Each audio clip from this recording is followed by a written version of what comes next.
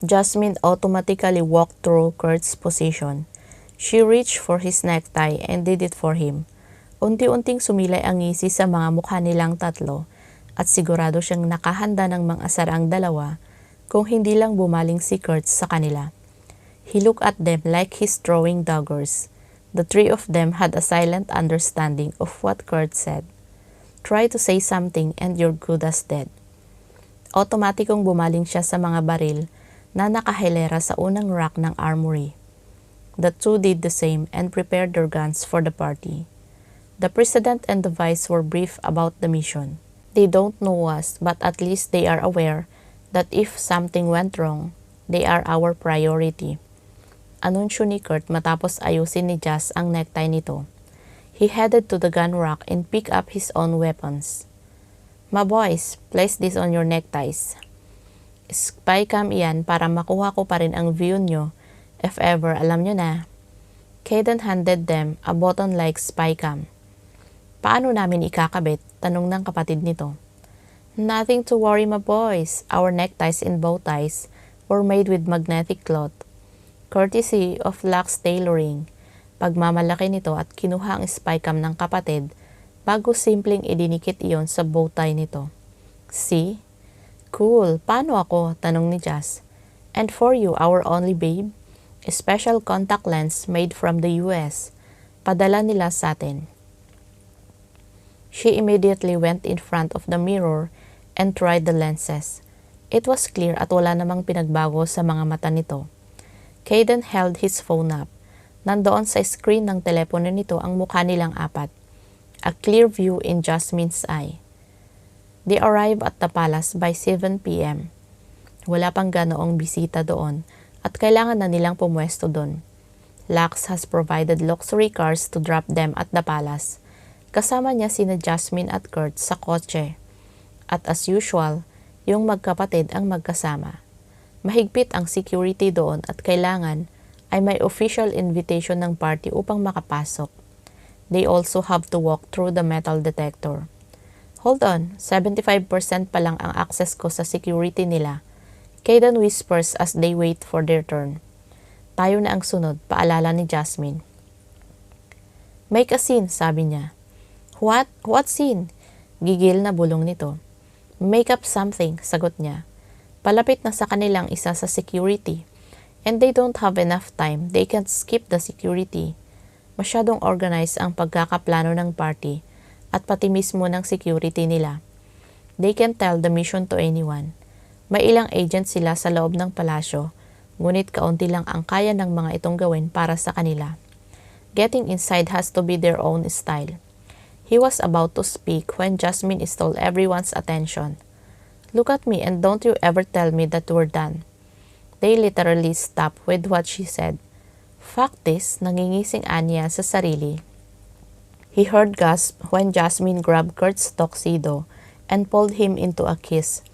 Even Kurt was shocked that he forgot to close his eyes for a second, but he managed to understand what Jasmine was doing.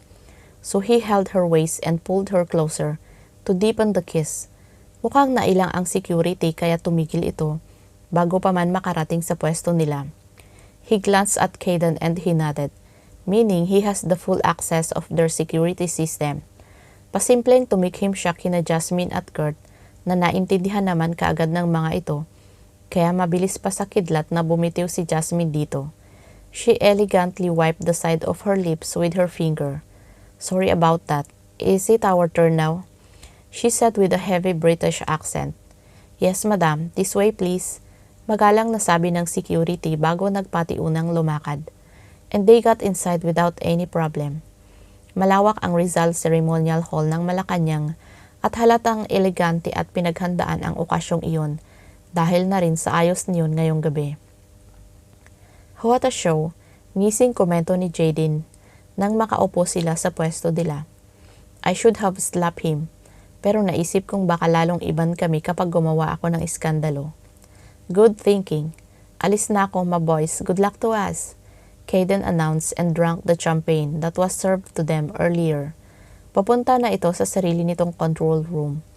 Their agent inside the palace managed to get him a control room and some gadgets for the mission. Nagmamasid-masid si Clyde sa buong lugar. There are one main door at may ilang maliliit na pintuan. Two of those was for private lounge, and the other leads to the other place in the palace.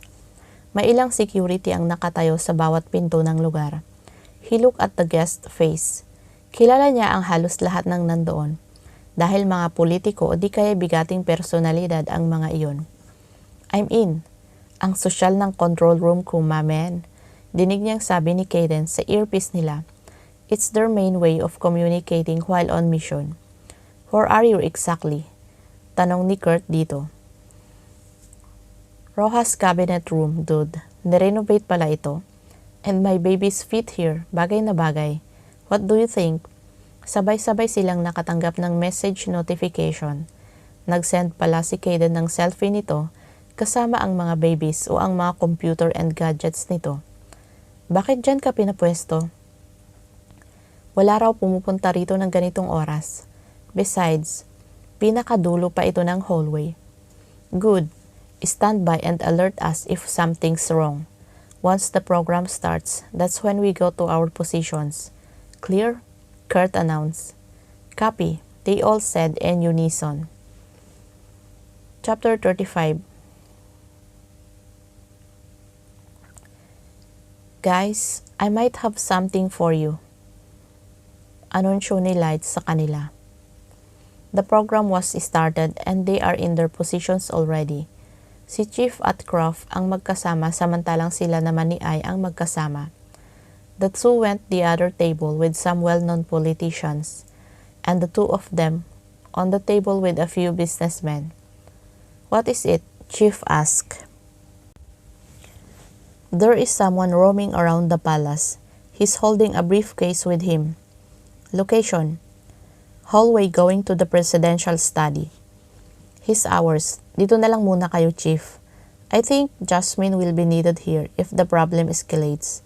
Sabi niya na pasimpleng tumingin sa kanila si Chief at tumango. He excused himself and went to the restroom. We'll meet there, I. Copy. Para makaiwas sa tanong ng mga security, ay hindi sila nagsabay ng alis at pupuntahan ni Ai. They have to find their own out of the place. Luckily, walang restroom sa loob ng hall na iyon, kaya kailangan pa niyang lumabas para makapunta sa men's room. Unfortunately, may isang nagbabantay sa labas at malapit sa restroom. Fuck, mahinang sambit niya. Tinawanan lang ni Light. Patulugin mo na lang muna ng mahimbing. Sa question nito. Restroom? Tanong niya sa lalaki. This way, sir. Magaling na anito bago nagpatiw ng naglakad para ituro sa kanya kung saan. He smiled. Thanks, he said, then opened the door. You're welcome, sir, sabi ulit nito bago tumalikod. He fished for his tranquilizer gun and aimed at him. Tinamaan ito sa batok at inagapan niya ang pagbagsak nito sa sahig. He carried the man like a sack of rice and gently placed him inside the restroom. Kinuha ang out of order sign sa loob niyon, saka inilock ang pinto at isinabit ang sign sa door handle. Ay, nasan ka na? Almost there, tangina, 3 yung bantay sa kabila. They made sure to have their tranquilizer guns with them. It was intended for the securities dahil ayaw nilang may nakikialam sa kanila at mas magiging komplikado pa ang lahat kapag nalaman ng palace security ang lahat. They are very protective of the president. Baka matunugan sila ng mga kalaban. Tinakbo niya ang hallway papunta sa presidential study. Sa sobrang laki niyon ay nalilito pa rin siya minsan kahit pinag-aralan na nila ang floor plan ng palasyo. And finally, he reached the place. Nandoon na rin si Ai na halatang hiningal din. Situation, it was Chief. He's still inside setting up something. Hold on. Saglit na tumahimik si Light. Fuck, he's setting a bomb. Kinuha niya ang baril mula sa shoulder holster at pumwesto sa may pintuan. 3, 2, 1. He counted silently before opening the door and aiming the gun at the man inside. Stand down. Tumigil ito sa ginagawa at hindi gumalaw ng ilang segundo. Nang ilang segundo pa ang lumipas at hindi pa rin ito gumagalaw, ay dahan-dahan siyang lumapit dito. nang hindi inaalis ang pagtutok ng baril at alerto pa rin. I was behind him, and even before he reached his spot, someone opened the door. Amigo, has terminado con eso? I kicked the man who just entered on his chin. Sa gulat ay hindi kaagad ito nakabawi. Samantalang siya ay bumalik sa lalaking nasa harapan niya. The man stood up with a dagger in hand and slashed him. Nakaiwas siya at pinatamaan ito ng suntok sa mukha. The guy gave him a side kick, but he blocked it using his left hand and kicked the guy's other leg that made him whimper in pain on the floor. He hit the guy's head using his guns, butt and he's unconscious. Nang lumingon siya kay ay napatumban na rin nito ang kalaban. He gave him a questioning look when he noticed that the man was dead. He has a knife, you know. Simpleng sabi nito bago pinuntahan ang lalaking pinatulog niya at itinali ito sa isa sa mga upuan. Check the bump light, Anya.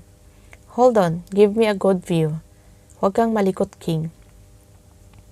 Faster. Itinapat niya ang sarili sa bombang nasa harap. He hasn't seen something like that before. Kakaiba iyon sa mga nakita na niya noon. Luckily, the bomb hasn't activated yet. Tang-ina naman, King, nahihilo ako sa'yo. Just stay still, reklamo ni Light. Situation, tanong ni Chief. We're waiting for him to wake up for the interrogation. Hindi naman na-activate ang bomba, kaya hindi kailangang magmadali. Aniyang lumingon sa pwesto ni Ai at ng lalaki. Tapos na nitong itali iyon at kinapkapan naman ni Ai ito, looking for anything that can identify the man. Lintik naman, King. What did you say? He asked in a dangerous tone. Okay na, pwede ka nang mag-relax. Kinuha niya ang telepono at kinuhanan ng litrato ang lalaki. Run a facial recognition light. Sandali lang, mahina ang kalaban. This bomb is something, sabi nito. He took another glance at the bomb. It was inside the briefcase. May isang controller doon. Ilang makukulay na kable. At ang hindi niya alam ay ang nakakabit doon na glass cylinder bottle. Only it was flat and connected with a different cable as well. Kulay asul ang laman yun. It could be some liquid explosives. Umupo siya sa upuang kaharap ng lalaki. In his judgment, this guy is a combination of American and Spanish. Matangkad ito at halos pareho sila ng body build. But he wasn't the field agent type. He's more like a doctor, a scientist, or could be a technical agent. Lumingon siya sa pwesto ng bomba. Doon lang niya napansin na imbes na air ventilators ang nakakabit sa pader, ay dalawang klase ng tubo. It was more like a kitchen ventilator. Hinihigop nito ang usok o hangin sa kwartong iyon palabas at patungo sa ibang parte. He tilted his head. Bakit magkakaroon ng air ventilators sa kwartong iyon? It is the presidential study. Light, did you get something? Have you noticed the tube inside the room? Napansin ko rin kanina. I thought it was a simple air ventilation, sagot ni Ai. Pero bakit magkakaroon ng ventilator dito? This isn't a bathroom or kitchen. Air-conditioned ang kwartong ito. I don't see any reason why they will install a ventilation fan. Shit guys, don't touch the bomb. Fact is, anunsyo ni Light. What is it? Dude, the thing in the briefcase, that's a virus. A man-made virus. I don't know what kind yet, pero sigurado akong virus yan. That bomb is a replica of a terrorist attack in Spain years ago. Light explained. Nabaling ang atensyon nila ni Ai sa lalaking unti-unti nang nagising. Kyo me deha, sir, sigaw nito nang tuluyan na itong magising at makitang nakatali ito sa upuan. Look, I'm a bit impatient guy, so if you want to leave, you better answer my question quickly. Who are you? The guy chuckled. Oh, por favor. You think I'm funny? Well, this. I handed him a knife and stabbed the guy on his left hand. This is funny. Sabi niya bago idiniit pa ang kutsilyo sa kamay nito na siyang nakapagpasigaw dito. Who are you? He repeated. Somos de España y nuestro jefe quiere matar a tu líder. In English, Spain, my boss wants to kill you, leader. Napaangat ang tingin ni Ai sa kanya. And the bomb? What kind is that? Ilang segundo itong tumahimik pero nang tangka niyang diinan ulit ang kutsilyo sa kamay nito, ay nagsalita na ito. It's a virus bomb. The virus will be transmitted through air and everyone here in the palace will get infected. The virus was made 80% mortality rate. Even the Princess of Spain will get infected once it explodes. Is it the only one here? Of course, he said. Nakahinga siya ng malalim dahil doon. Kung ganoon ay naunahan nila ang plano ng mga ito. Nat, dagdag nito na nakapagpatayo sa kanila ni Ai. Where are the other bombs? Again, the man remained silent for a few seconds. Answer me. Dahil siguro sa pagkainis ay ikinasa ni Ai ang baril nito at itinutok sa lalaki. Wait, he said, raising his hand. Tell me, how many were installed in the palace and the exact locations? We installed another one. Where else? By the grand staircase. And you can't defuse it. It's the main bomb. Once we activated it, which I don't have the controller for you, you can't stop it. Adios, Pilipinas. Mapang-asar nitong sabi bago niya narinig ang putok ng baril ni Ai. What the F? Binunot niya ang baril at itinutok iyon sa pintuan. Ganoon din ang ginawa ni Ai. But it was Lady. Gulat ang ekspresyon nito sa nakikita. Who the fuck are you? Matapang na tanong nito. I'm calling the guards. Ngunit bago pa ito makalabas muli ay nabuhat na ito ni Ai sa balikat nito. Let me go, she screamed while slapping Ai's back. Ibinaba ni Ai ito sa isang upuan at tinalian ang kamay at paa. I won't let you get away with this. Who the fuck are you? You murderer, sigaw nito kay Ai. Isn't she the president's daughter? Tanong niya. Holy cow, Light exclaimed. She's gorgeous by the way, but definitely not my type. She is. Stop talking or I'll slash your throat. Sabi ni Ai dito na nakapagpataas ng kilay niya. Chief, the other bomb is at the staircase. And Graf, hindi ba at ikaw ang naka-assign sa anak ng presidente? Reklamo ni Ai. Sorry, nawala sa mata ko. Anyway, papunta na kami sa staircase. Copy. Tinitigan niya ang bombang nasa harap nila. Wait, is that a bomb? Tanong ni Samantha. She's the president's daughter, and she's not supposed to be inside that room. Yes, so will you shut up? We'll all die if you keep talking, sabi rito ni Ai. Chapter 36. Guys, you need to detach the bomb from the air vent. Guide me, sabi niya kay Light. Problem is, wala kaming tools dito. Bukod kasi sa baril at kutsilyo, ay wala silang dalang ibang kagamitan doon. They have to improvise. He scanned the whole room. Mga libro at papel ang nasa loob niyon. He spotted the table and looked inside each drawer. Baka may magamit siyang pangputol ng mga wire. Lucky me, I have my card flipper with me, sagot ni Chief. It was a lax gadget in the form of a credit card, but it is as strong as a long-nosed nose plier. It can definitely cut a wire. King, anything? I'm trying, sabi niya bago binuksan ang huling drawer sa mesang iyon. And he got something. I got something, anunsyo niya. Great, ano yan? Tanong ni Light. Nail cutter, sabi niya sabay taas ng nakuhang nail cutter sa drawer. He heard their laughs. Sa ganitong sitwasyon ay nakakatawa pa sila. But deep inside, they're anxious and nervous because the peace and safety of everyone is in their hands. Game, make sure once we start this, hindi kayo maaabala. That bomb is very delicate. Chief, cover Croft. And King? Sandali, I should do this. I'll cover you. Aniya, sabay abot ng nail cutter kay Ai. Tangina, bakit ako? We'll die anyway if that explodes. Kahit nasa likod kita, hindi ka pa rin mabubuhay, kumbinsi niya rito. Very convincing, I sarcastically said, but get the nail cutter from him and positioned himself in front of the bomb. Siya naman ay kinuha ang baril at inihanda iyon kung sakaling may mga abala sa kanila. Gamecraft, your bomb is the main detonator. So make sure to do everything I say. Wala kang gagaling kung ano. Panimula ni Light. Slowly cut the blue wire. Para hindi ma-start ang timer niyan kahit anong mangyari, sabi nito. Or not? What the fuck? The time started. 5 minutes.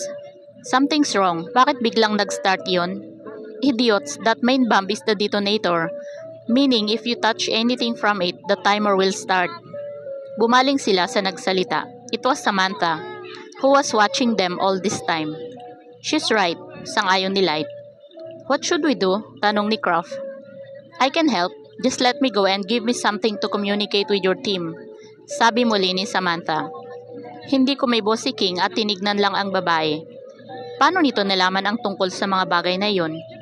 Stay still, sabi niya. Give her, King, sabat ni Chief.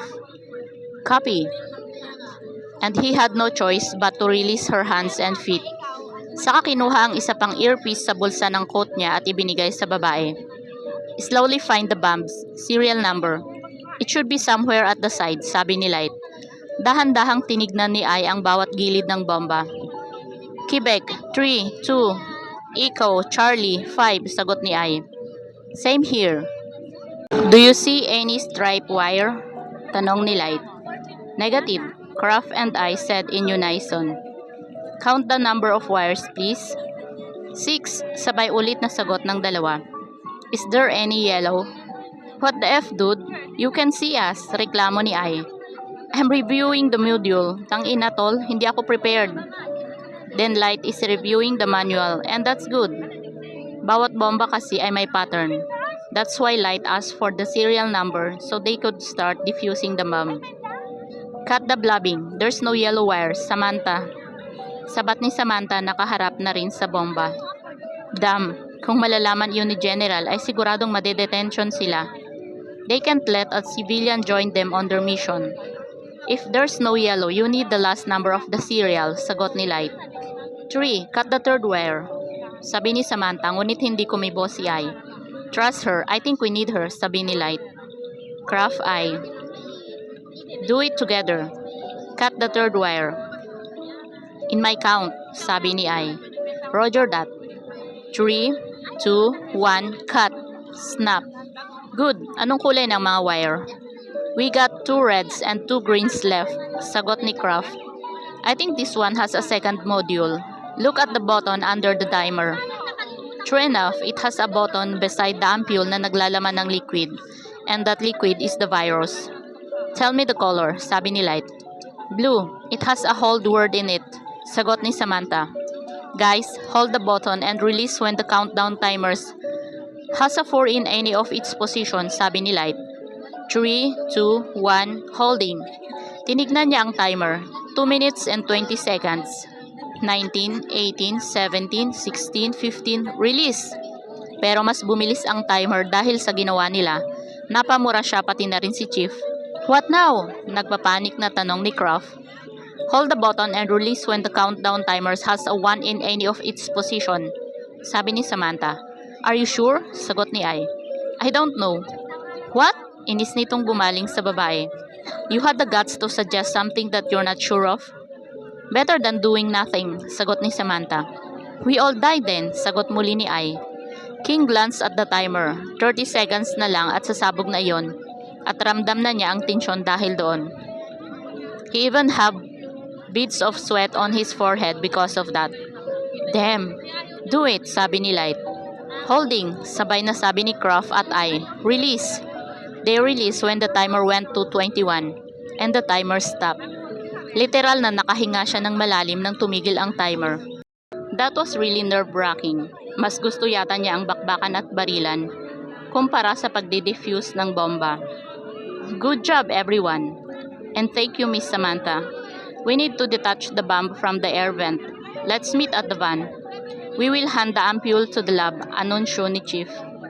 Magkatulong nilang inalis ni Ai ang tubong nakakabit sa bomba at isinara ang briefcase. Matapos iyon ay tinignan niya ang mga katawan sa sahig.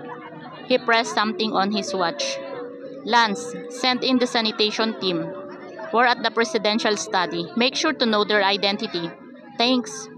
Ang team na na-assigned sa loob ng palasyo na ang bahalang makipag-ordina sa sanitation team dahil hindi pwedeng makita ang mga katawang iyon. They still have to investigate because obviously, the 2 men weren't the culprit.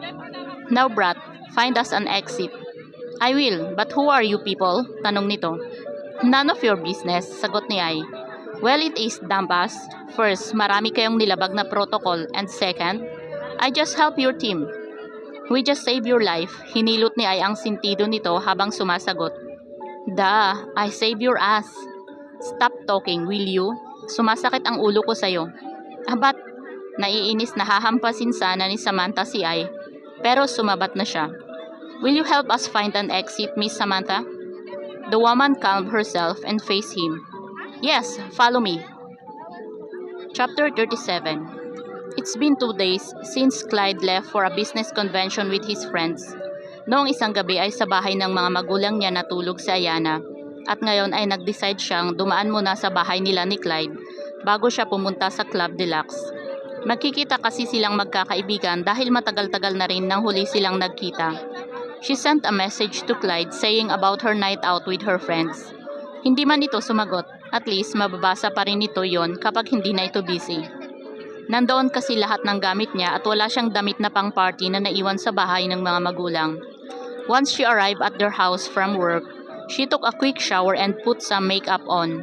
She decided to wear something not too revealing dahil siguradong lagot siya kay Clyde kapag nalaman nitong sexy ang isinuot niya. She wore high-waist jeans, simple white top, and a pair of chunky heels, and she's all set. Nakasakay na siya sa kotse niya at handa nang umalis nang mapagtanto niyang hindi pala niya dala ang cellphone niya. She lazily opened the car door again and went inside the house. Nasa may kusina lang siguro iyon dahil uminom siya ng tubig bago lumabas kanina. Hindi na niya inabalang buhayin ang mga ilaw dahil kukunin lang sana niya iyon nang makarinig siya ng bagay na nabasag sa kusina. Parang tinakasan ng kulay ang mukha niya dahil sa gulat. She grabbed a vase from the living area. Ipinorma niya iyon sa pagpalo habang dahan-dahang naglakad. Funny, she's all scared and nervous, but she still managed to walk to the kitchen. Sino yan? Pilit niyang pinalakas ang boses. Walang sumagot at walang tao sa kusina. Tinignan niya kung anong nabasag. Iyon ang basong ginamit niya kanina na ipinatong niya sa ibabaw ng mesa bago siya umalis, kaya bakit iyon mahuhulog sa sahig? Inilibot niya ang tingin sa buong kusina. Wala namang ingay o kung ano paman. Baka nailagay lang niya sa pinakadulo ang baso kaya nahulog. She spotted a carton box resting above the kitchen counter. Sigurado siyang wala iyon kanina. She picked it up and looked for a note ngunit wala. Selyado iyon at halatang idiniliver lang. Ngunit kailan? She was about to open it when her phone rang. Nasa ibabaw lang din iyon ng kitchen counter kaya nakuha niya kaagad at sinagot iyon. Hello? Nasaan ka na ba, Ayana? Kanina pa kami rito. It was Darren. Medyo may kalakasan ang boses nito at naririnig niya ang malakas na tugtugan sa background nito. On the way na ako, wait up, she said and forget all about the package. Mamaya na rin siguro niya lilinisin ang nabasag na baso pagdating niya. She immediately stepped on the gas once she rode her car. Excited na rin siyang magbar. Ang tagal na noong huli she missed partying. There you are. Akala namin ay biglang dumating ang asawa mo at kinalimutan mo na kami. Ngising bati sa kanya ni Ria sabay beso sa kanya. Nah, he's out of the country. Kaya we can party all night. Masayang sabi niya sa mga ito. Saka umorder ng sariling inumin mula sa bar counter. As usual, jam-pack ang tao sa club. Halos 11:00 na rin kaya hype na ang mga tao doon. Mahusay din kasi ang DJ ngayong gabi. Marunong itong makipag-interact sa tao kaya mas lalong nag-e-enjoy ang mga nandoon. Cosmopolitan please, order niya sa bartender. He smiled and started to make her drink. Nagpasalamat siya nang iserve nito ang drink niya saka humarap sa dance floor. She spotted her friends enjoying their life and they are wasted as fuck. Well, hindi naman niya masisisi ang mga ito.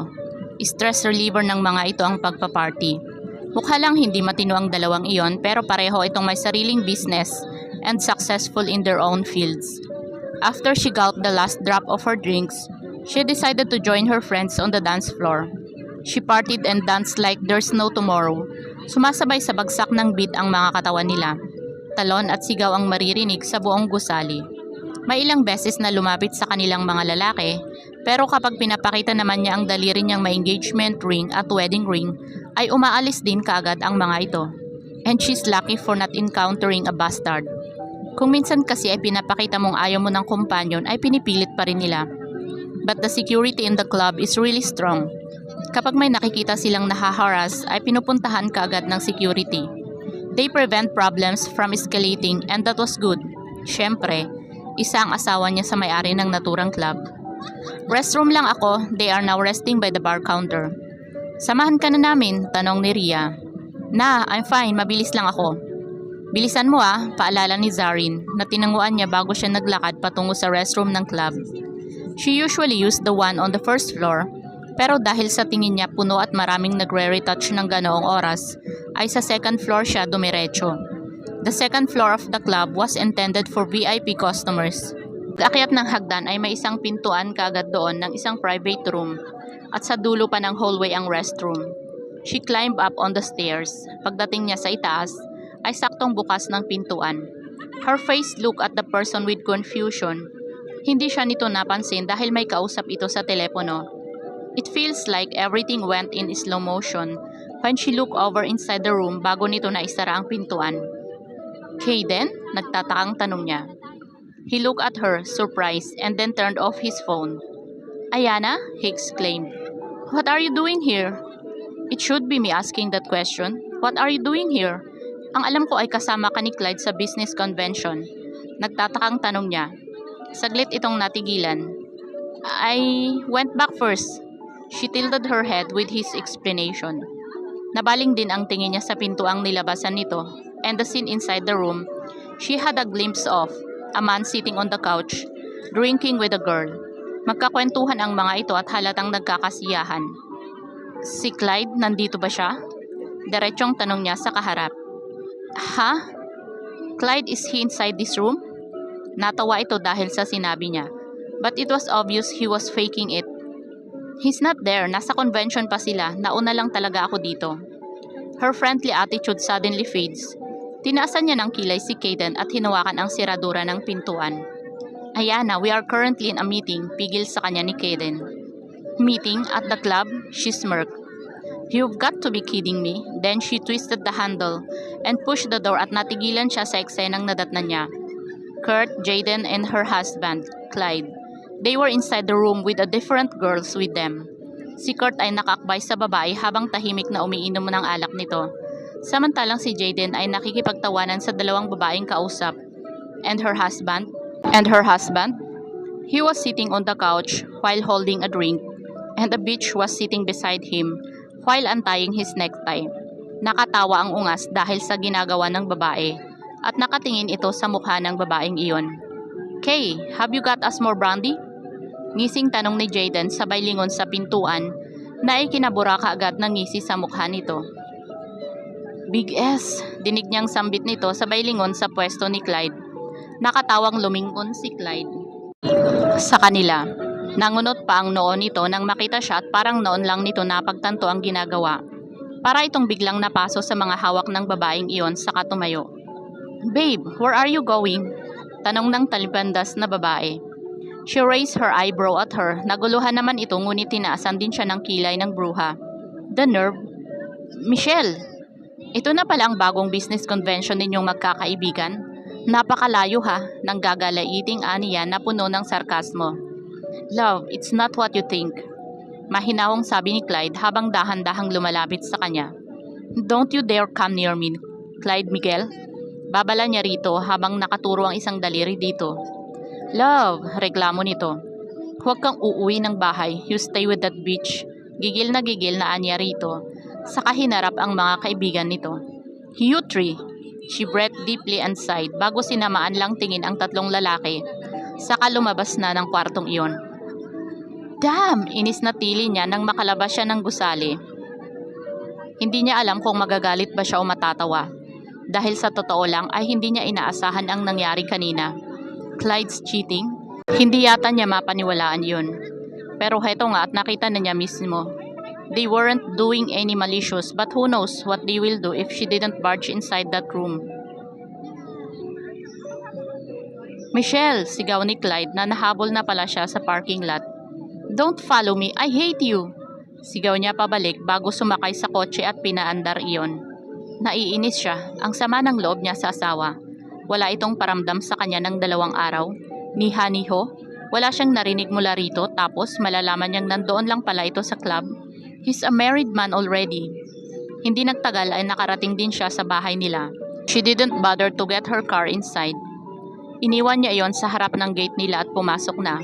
Hindi na rin niya binuhay ang mga ilaw at basta na lang pumasok at umakyat ng hagdan. She went straight in the bathroom and washed her face. Lecheng Clyde Miguel yan. I hate him. Aniya sa sariling refleksyon na nanlalabo dahil sa namumuong luha sa mga mata niya. Kanina lang ay parang sasabog ang puso niya dahil sa inis. Ngayon naman ay nagsisink in sa isip niya ang naging eksena kanina. She harshly wiped her cheeks saka muling naghilamos at pinakalma ang sarili. Nang nagbibihis na siya ay narinig niya ang pagdating ng kotse ni Clyde, kaya nainis siya lalo. Minutes later, the bedroom door opened and there was Clyde Miguel standing and looking at her. Love. She rolled her eyes while wiping her toner on her face. She needs to divert her attention or she'll end up crying. Hey, it's not what you think. What should I think then? When that bitch was obviously hitting on you and flirting with you. At ano, nasaan ka? Hindi ba dapat ay nasa US ka ngayon?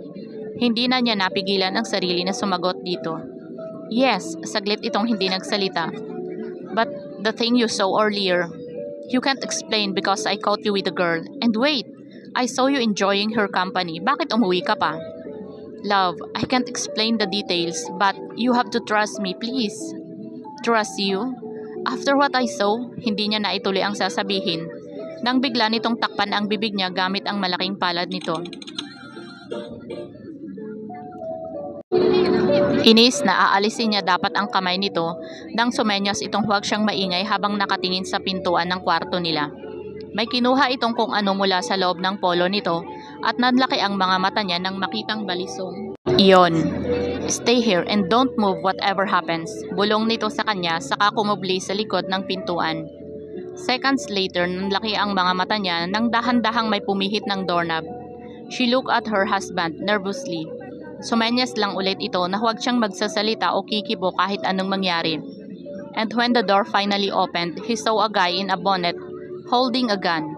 He aimed at her and she was about to scream when Clyde kicked the man that brought him to the floor. Tinuhod ni Clyde ang lalaki sa likod at hinawakan ang ulo nito bago bumaling sa kanya. Don't look, he said, so she shut her eyes tightly. Then she heard a crack. Nang lumingon siya ay may takip na ng kumot ang katawan ng lalaki. I need a sanitation team here at my house, please, sabi ni Clyde. She looked around. Who are you talking to? Bumaling ito sa kanya at itinuro ang tenga. He was wearing an earpiece. Light, check your phone. May sinend ako. Is he dead? Tanong niya rito. Yes, love. Sorry about that. Anito habang tumatayo saka inilak ang pinto. Change your clothes. We're leaving. Tumango lang siya at kumuha ng damit. In a situation like this, it's better not to argue and just do what he said. Nang makalabas siya sa walk-in closet ay hinahanda nito ang baril. May kung anong inilagay ito doon saka inilahad ang kamay nito sa kanya. Let's go. Hold my hand tightly. If you're uncomfortable, just close your eyes. Remember, I'm with you. Sabi nito na tinanguan niya bago nito binuksan ang pinto. They silently crept outside. Pati sa pagbaba ng hagdanan ay dahan-dahan sila. They stopped midway when they heard soft voices downstairs. Close your eyes, he whispered, and she did. Mahihinang putok ng baril ang naririnig niya.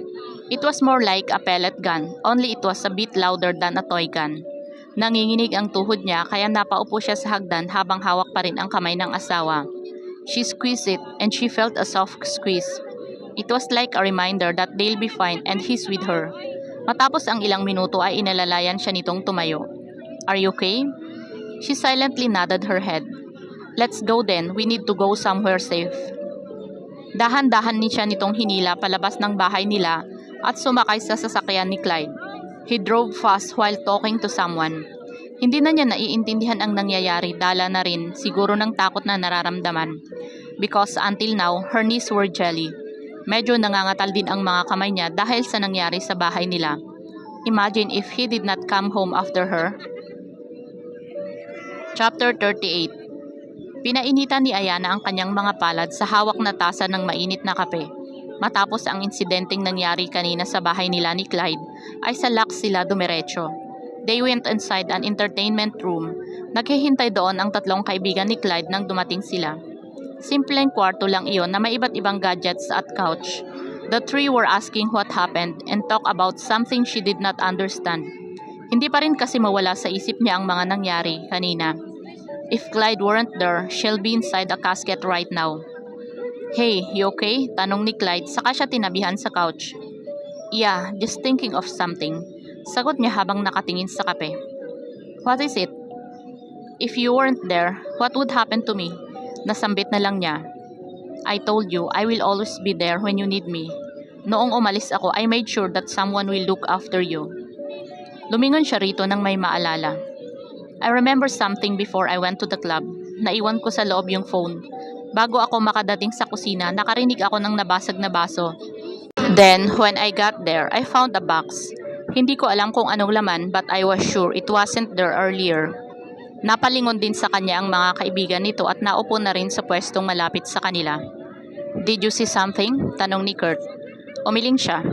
I did not bother to open the lights dahil kukunin ko lang naman yung phone ko. Your phone? Where is it? Tanong naman ni Kaden. Kunot noong kinuha niya ang telepono sa bulsa ng pantalon at ibinigay iyon dito. Kaden examined the phone. He removed the case, and they saw a black sticker-like button. He removed it and broke it using his hands. Nagkatinginan ang mga ito. You were being tracked. Pero sino at bakit? Gulat na tanong niya. Wala naman siyang naalalang kaaway niya. And if ever there is, why? And they are capable of killing someone? Tanong din namin yan, sabi naman ni Jaden. They were in silence for a few seconds before someone barged in the room. Lahat sila ay napatingin sa taong basta na lang pumasok doon. What happened? Hinihingal pang tanong ni Jasmine habang nakahawak pa rin sa pintuan at nakatingin sa kanila. Akala ko may date ka, ngising tanong ni Jaden dito. Umalis akong manyak simpleng sagot nito bago ibinababa ang dalang bag sa sahig at umupo sa tabi niya saka siya bineso. Are you okay? Nag-aalalang tanong nito bago siya niyakap. Kumurap-kurap siya dahil sa biglang pagbigat ng nararamdaman. Her emotions mix up, and she suddenly realized that she's holding her emotions since he saw Clyde with another girl in the club up to now, that they had an incident in their own home. Napayakap din siya rito. Hindi niya alam na yakap lang ng kaibigan ang kailangan niya ngayon. What really happened? Fill me in, tanong nito sa kanya. Mabuti na lang at kusang nagsitayuan ang apat na lalaking kasama nila at lumabas sa veranda ng kwarto. The four men brought out a cigarette from their pockets, lit it, and began puffing the smoke. Humarap siya kay Jazz at ikinuwento ang lahat ng nangyari. Simula nang nagpunta siya sa club hanggang sa bago ito dumating doon. Hayop talaga ang apat na yan, mambababae na nga lang dito pa mismo sa club. Paputukan ko kaya sila ng baril sa junior nila. Nanggigigil na anito kaya natawa siya at unti-unting gumagaan ang pakiramdam. Sakto rin napapasok na sina Clyde mula sa veranda. Jasmine stood up and put her hands on her waist while raising an eyebrow at the four men. Nangungunot ang noong tumingin din dito ang mga lalaki na halatang naguguluhan sa ekspresyon ni Jazz. Sinong nagsabing pwede kayong mambabae sa loob ng club, ha? Sabay-sabay na nanlaki ang mga mata ng mga ito dahil sa sinabi ni Jasmine. At sabay-sabay ding itinuro ni na Kurt, Jaden at Kaden si Clyde. Now it's my fault. Come on guys, reklamo ni Clyde sa tatlo. Anim mo batang naagawan ng Candy dahil sa pagkunot noo nito ng noo. Siya talaga, sabi ni Kaden habang nakaturo pa rin ang daliri kay Clyde. Umuo lang kami sa kanya kasi kawawa naman, sigunda ni Jaden. It was all Clyde's idea, sabi rin ni Kurt. Ikaw? Turo ni Jazz kay Clyde. Mambababae ka pa ha? Jasmine pinched Clyde's ear. Aray, Jasmine! Kahit pa mas matangkad ito kay Jazz ay hindi ito nakaligtas sa pingot. He adjusted and bended his body dahil siguro nasasaktan sa ginagawa ni Jasmine. Stop it! Masakit! Tinigilan naman nito ang pagpingot sa tenga ni Clyde at humarap sa tatlo, panglalaking tinatawanan lang si Clyde. And when they noticed Jasmine was looking at them, unti-unting umatras ang tatlong iyon. While Jasmine grabbed something from her leg, it was a gun. Ikinasa niya iyon at itinutok sa tatlo na nagsitakbuhan naman sa loob ng kwartong iyon. Ayana's eyes widened but before she could even react, Clyde pulled her and they went outside the room. Jasmine, huminahon ka. Jazz! Hoy, masakit yan! Iyon ang mga salitang narinig niya bago sila makalabas ni Clyde sa pintuan. They rode the elevator and went. It opened there inside the penthouse again. You should rest, love, sabi ni Clyde nang makapasok sila ng tuluyan sa loob. I don't think I can rest, anya rito saka naupo sa couch at niyakap ang mga binti. He sighed and sat next to her.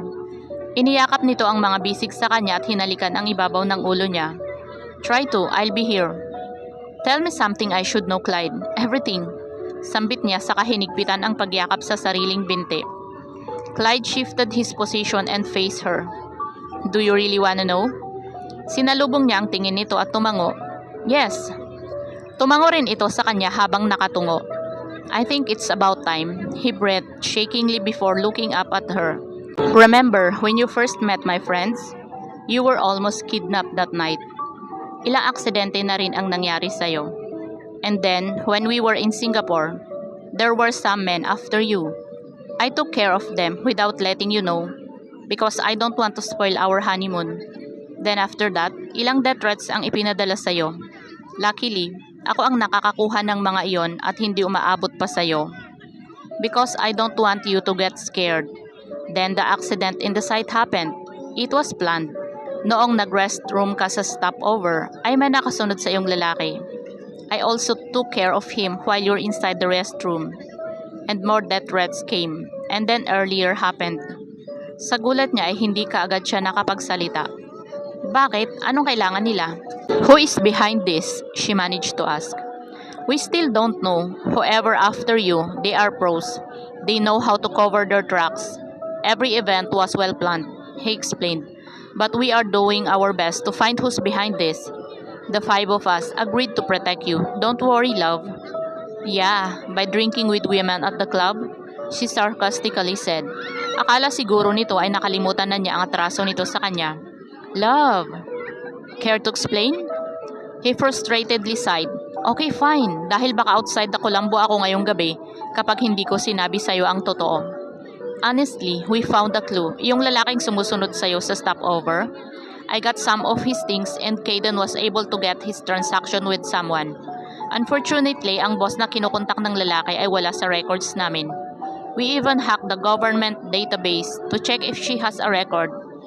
Wait, she? Gulat na tanong niya. Babae ang nasa likod ng lahat ng ito. Yes, we guess she changed her identity, even her face. Hindi siya makapagsalita dahil hindi niya alam ang ire-react sa mga impormasyong nakukuha niya mula sa asawa. So, the woman you saw with me earlier, she's a cosmetic surgeon. Possibly the doctor who operated on our suspect. And we're digging in to find more information. Para siyang dumulutang sa ere dahil sa mga nalaman. At higit sa lahat, nagalit siya sa asawa dahil sa maling akala. Damit Ayana, para kang tanga. Are we cool now? Tanong ni Clyde sa kanya, sabay lapit ng mukha sa kanya.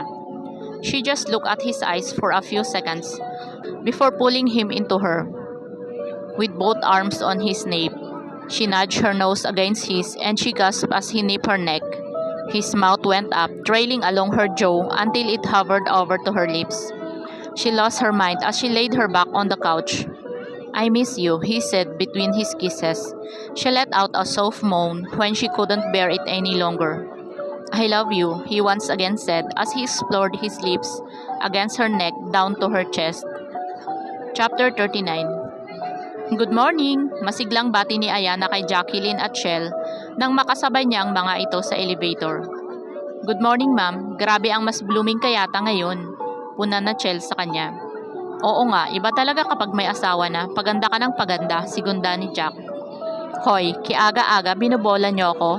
Natatawang sawa niya sa dalawa. Oo nga pala, tapos ko nang pirmahan yung report na ipinasa niyo sa akin nung nakaraan. It's in my office, aniya bago makarating sa office floor ng dalawa. Ay sige ma'am, kukunin ko na. Sasabay na ako sa'yo, sabi ni Jack. Mauuna na ako sa inyo kasi may kailangan akong tawagan na supplier. Sabi naman ni Chell nang bumukas ang pintuan ng elevator sa floor nito.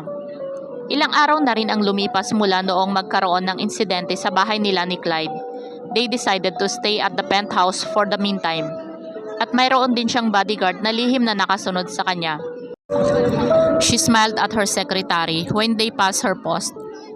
Ma'am Ayana, may bisita ho kayo, sabi nito. Bago niya pa mabuksan ang pintuan, saka napadako ang tingin sa waiting area sa labas ng opisina niya. She sighed when she realized who the man was, Andre. Anong ginagawa mo dito? Can we talk? He asked as he handed a bouquet of flowers. Naiiling na tinanggap niya iyon at binuksan ang pintuan ng opisina. Jack walked behind her as well as Andre.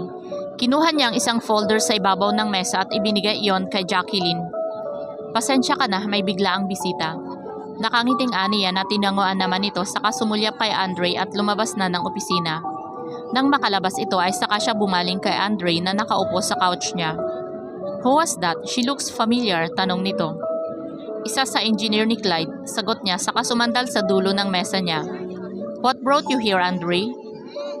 Look, I really wanted to say sorry about what happened in Singapore. So here I am, I'm sorry, I was a jerk. Tanga rin, I know you're married already but I still pursue you. Glad you know, sarkastikong aniya na ikinatawa nito. So are we good? I'm going back to Singapore tomorrow. Maybe for good?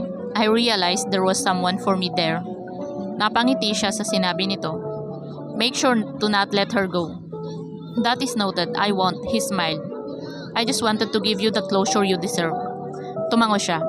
Matagal na kitang napatawad and I realized what happened between us was a blessing. Dahil kung hindi ka nagloko ay hindi ko makikilala ang asawa ko. And if I didn't see you in Singapore, I wouldn't be punched by a woman at hindi ko marirealize na siya ang nandoon para sa akin. He spread his arms and gave her a friendly hug. It was like a goodbye and thank you hug. At mas napanatag ang loob niya dahil doon. At least they are okay now. She heard the door thump, kaya naghiwalay sila at pinuntahan niya ang pinto. Walang tao doon. Wala rin ang sekretary niya. Maybe the door wasn't closed properly. Hindi rin naman nagtagal ay nagpaalam na si Andre sa kanya at umalis na. She was about to sit on her swivel chair to start working when her phone rang. It was Clive. Hi love, masiglang bati niya.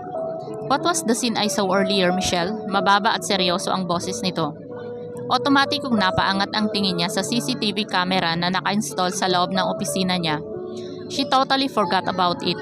Konektado kasi iyon sa mismong telepono at computer ni Clyde. He can access it anytime, anywhere. Para raw nakikita siya nito habang nagtatrabaho. She waved at the camera while smiling. Don't smile at me, Michelle. I'm asking you. He just said sorry at uuwi na siya sa Singapore.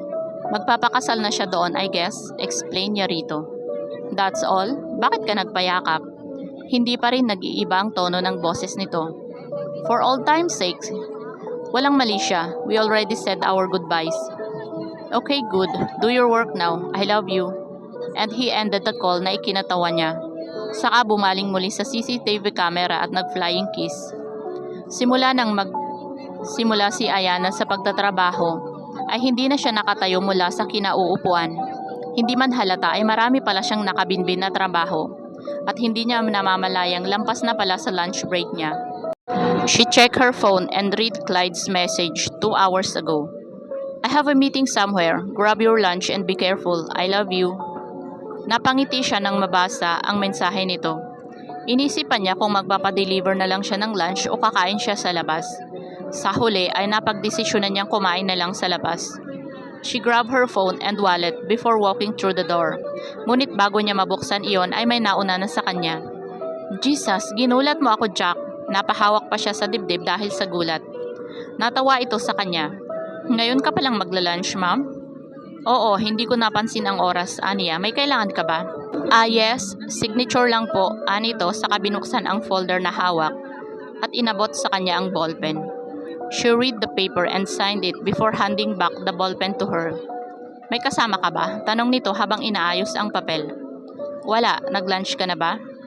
Hindi pa nga sabay na tayo, ang lungkot kasi kumain mag-isa. And together, they walked to the elevator. Dumaan lang sila saglit sa floor nito para ilapag ang papel sa desk at kunin ang gamit nito. Nagpanik pa yata ang ibang empleyado doon sa biglaang pagsulpot niya. Ang iba ay binati siya, ang iba naman ay nagsihanapan ng gagawin sa mga computer na tila ba kinakabahan sa presensya niya. Hindi maubos ang kwentuhan nila ni Jack habang pababa sa basement parking. Kinukwento nito ang paglandi ni Chris kay Miko. Si Miko na sobrang inosente ay pinagdiskitahan ni Chris. They decided to use her car. Her car beep at binuksan na ang driver's seat. Ay ano ba yan? Ang gabok ng pedal ko. Natatawang sabi niya habang nakatutok ang mata sa car mat niya. She was about to get inside the car when she heard Jack screaming. Takot ang narinig niya sa sigaw na iyon kaya kaagad siyang tumakbo sa kabilang panig ng kotse. But Jacqueline wasn't there. Jack, and she suddenly felt a hard object hitting her head, and it all went black. Chapter 40. Nagising si Ayana na kumikirot ang likod ng ulo niya. It was as if she was hit by a hard object. Sobrang sakit niyon at hindi yata niya kaya ang bumangon. What happened? She closed her eyes and tried to remember what happened earlier. She was with Jacqueline. They were walking in the basement parking when she heard Jack's scream, and that's when someone hit her. Iminulat niya ang mata para tignan kung nasaan siya. She was laying down on the floor with her feet and hands binded. And she's inside a dilapidated house. Luma iyon, animo sinaunang bahay dahil gawa sa kahoy ang mga pader niyon. Sira-sira na rin iyon, maging ang bubong ay may sira na rin. Where is she? Boss, gising na. Napabaling ang tingin niya sa bumukas na pintuan at may iniluwan yon ang isang lalaking may bigote. He was grinning from ear to ear. Parang demonyo ang ngisi nito sa kanya. Gising ka na pala, miss. Tumigil ito sa harap niya at tumingkayad para titigan ang mukha niya. He saw lust in his eyes and it made her so scared. Parang tumakas lahat ng tapang niya sa katawan dahil sa mga tingin nito. Who are you? Pilit na pinatatag ang boses niya. The guy grinned and caressed his cheek. Nangilabot siya dahil sa ginawa nito. Hindi mo na kailangang malaman at hindi mo rin kailanman malalaman. Ano bang kailangan niyo sa akin? She asked under her breath. Boss na namin ang bahalang magsabi niyan sa'yo. Pasalamat ka rin at sinabihan kaming huwag kang gagalawin dahil kung hindi, kanina ka pang gising sa sarap. Anito bago tumawa ng malakas. Yung tawang nakakakilabot, yung tawang demonyo, at yung tawang kapag narinig mo, alam mong kaya kang patayin ng taong iyon. The door opened again. A man entered with a plastic plate and a plastic glass. Inilapag niyon ang mga iyon sa harap niya. Food. Saka ito lumabas na ulit. She remained silent for a few seconds at napaangat lang ang tingin niya nang magsalitang muli ang lalaki. Kumain ka. Kapag nakita kong may laman pa rin yung plato, pagbalik ko rito, ako mismo ang magpapakain sa'yo. At baka magmakaawa kang sana sinunod mo na lang ang sinabi ko. He looked at her body once again before leaving the house. The moment the door closed, a tear fell from her eye. Clyde, mahinang sambit niya. Alam na kaya nito na nawawala siya? O nasa meeting pa rin ito at walang kaalam-alam? Kung alam na nito, she's 100% sure that he will save her. Pero maabutan kaya siya nitong buhay? By the looks of it, kaya siyang patayin ng mga lalaking ito. Or even rape her if they wish. Wala siyang laban. Pinunasan niya ang pisngi gamit ang dalawang kamay na nakatali dahil sunod-sunod na ang pagpatak ng mga luha niya. Nang mapakalma ang sarili ay tinitigan niya ang laman ng pinggan sa harap niya. Kanin at may kung ano-anong nakahalo doon, brown sauce at iba't ibang karne. Para iyong kaning baboy dahil sa itsura. Hindi siya nakakain ng tanghalian kanina. Kung kanina lang ba siya nakidnap ng mga ito. Kaya gutom na siya. She didn't have any choice but to eat the food or she'll starve to death. Pinilit niyang hindi nilalasahan ang pagkain para lang magkalaman ang tiyan niya. She drank the water after eating the food. She scanned the whole house after eating. Kailangan niyang makatakas. Hindi niya pwedeng iasa lang kay Clyde ang pagliligtas sa kanya. She has to do something. Nakakita siya ng bato sa sahig. This will do, she said before starting rubbing the flat stone at the rope on her feet. Ilang minuto na niya yung ginagawa ngunit wala namang gaanong pagbabago sa lubid na nakatali sa mga paa niya. She put the stone down and shut her eyes. She can't do it with her hands binded. She can't cut the rope, but she can try to escape the rope binded on her hand. She sat properly and put her elbows together. It made a space so she could twist her hands to loosen the rope. She twisted her hands aggressively when it loosened. She used her mouth to remove a strand of rope from her hands. Then she twisted her hands again. Masyadong mahigpit ang pagkakatali sa kanya at hindi niya alam kung kailan siya matatapos. But she's determined. Dapat bago pa may pumasok sa loob ng bahay na iyon, ay naaalis niya ang tali. She twisted and twisted and twisted until she completely removed the rope. Ngunit bago pa siya makapagsimula sa lubid na nakatali sa mga paa, ay narinig na niyang may nagbukas ng pinto. So she quickly leaned back on the wall and hid her hands on her legs.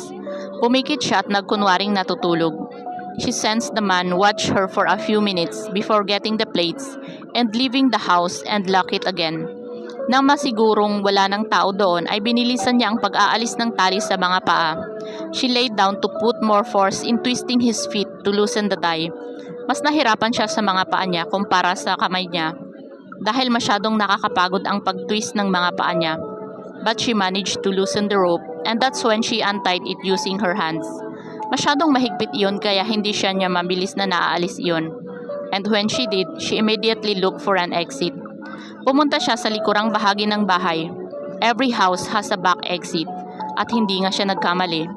She found an old kitchen with broken furniture and dirty surroundings. May mga sapot ng gagamba at may mga daga na nagsitakbuhan nang pumasok siya sa kusina. May pader pa rin doon ngunit may liwanag na nagmumula sa yerong nakatakip doon. It must be an exit na tinakpan lang ng yero. Nang subukan niyang alisin ang harang na yero ay nasugatan siya dahil sa matalim na dulo niyon. She looked for a cloth or something that will protect her hands, pero wala siyang makita. In the end, pinunit niya ang sleeves ng polo niya at itinali iyon sa magkabilang palad. Sa kanya sinubukan muling alisin ang yero mula doon. Maingay iyon dahil may mga kalawang na iyon at may mga gamit na nakaharang doon, kaya nahirapan siyang alisin iyon.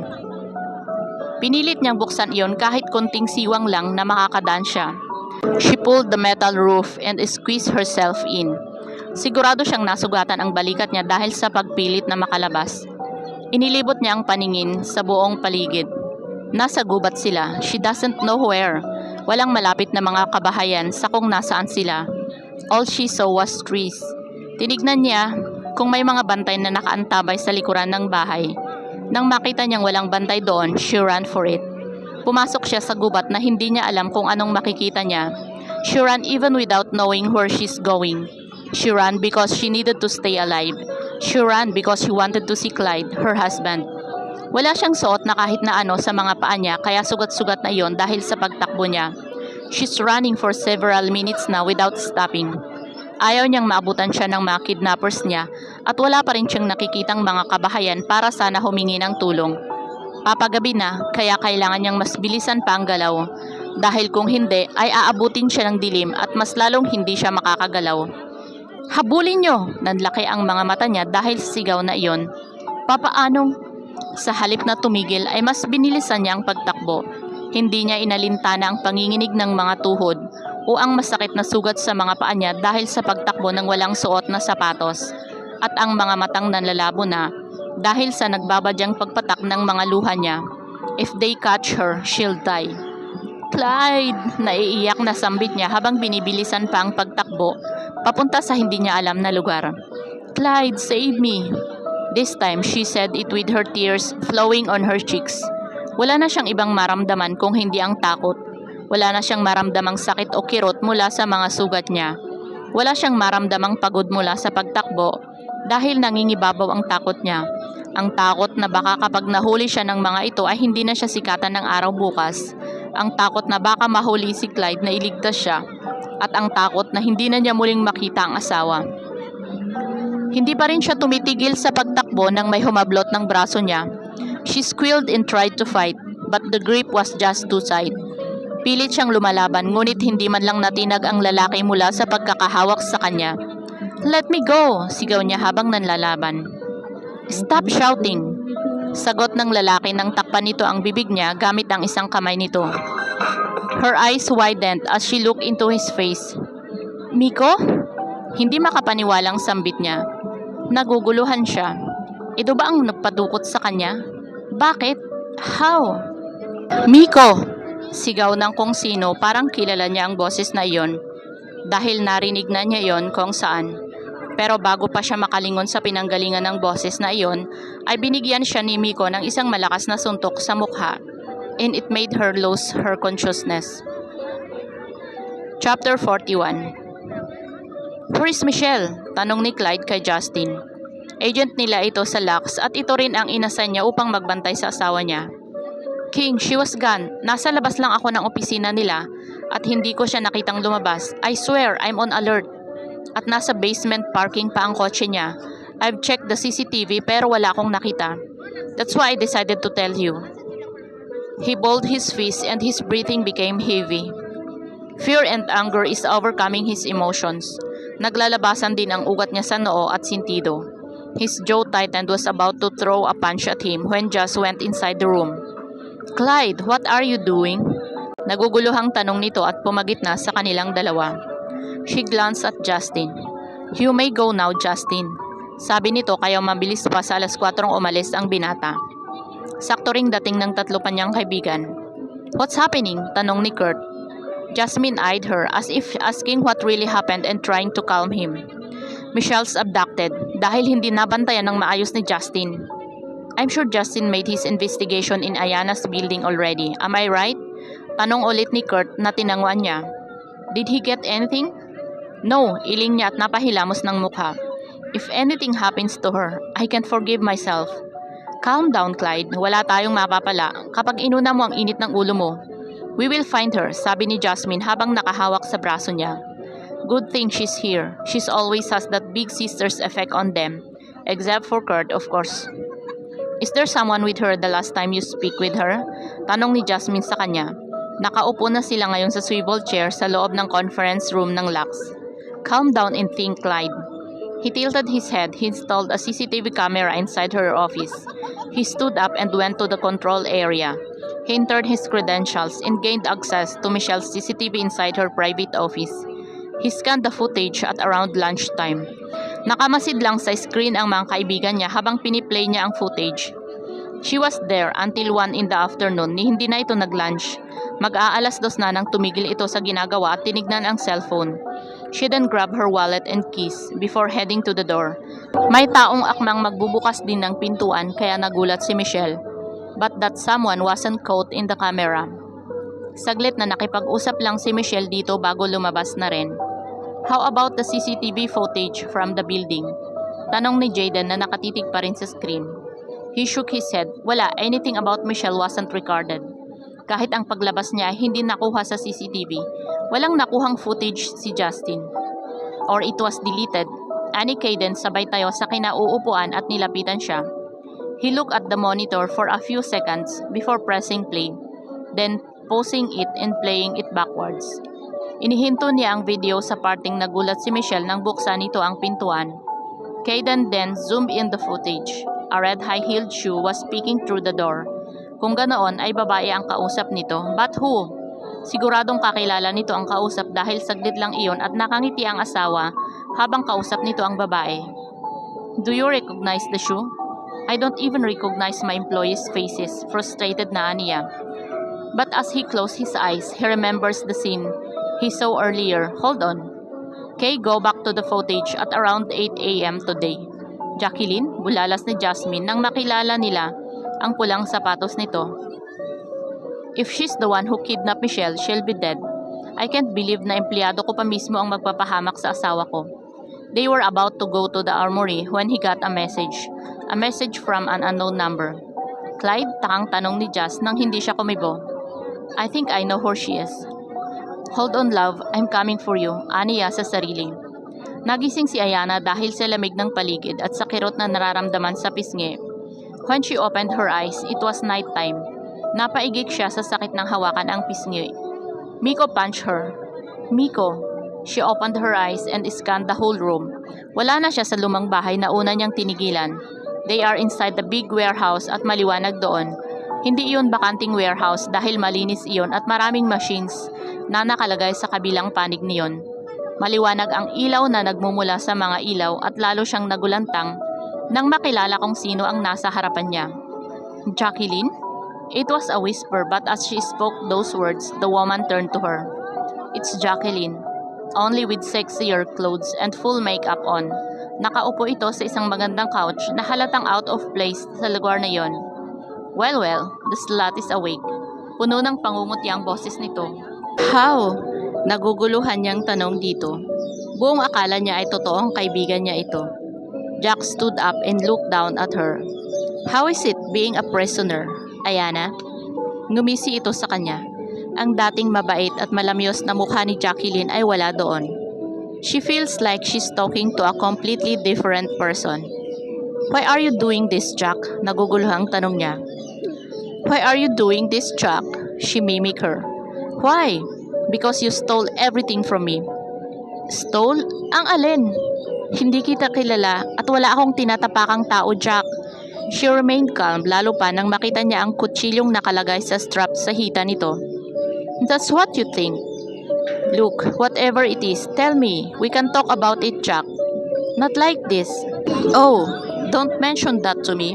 Hindi uubra ang pagpapaawa mo sa akin. Her heels clicked on the floor as she walked back to her couch and sat on it. You may not know it, pero marami kang tinatapakang tao, Ayana. You made those people so little at sarili mo lang ang iniisip mo. Nang uuyam na sabi nito. Ganoon na ba siya kasama? Hindi niya naiisip na may natatapakan na siyang tao? May nasasaktan na siya? What happened exactly? You stole Andre from me. Ako ang nauna sa'yo. I'm his first love. Pero bakit ikaw ang mas minahal niya? And she was stunned by that confession. Kung ganun, yes, he was the one I told you about.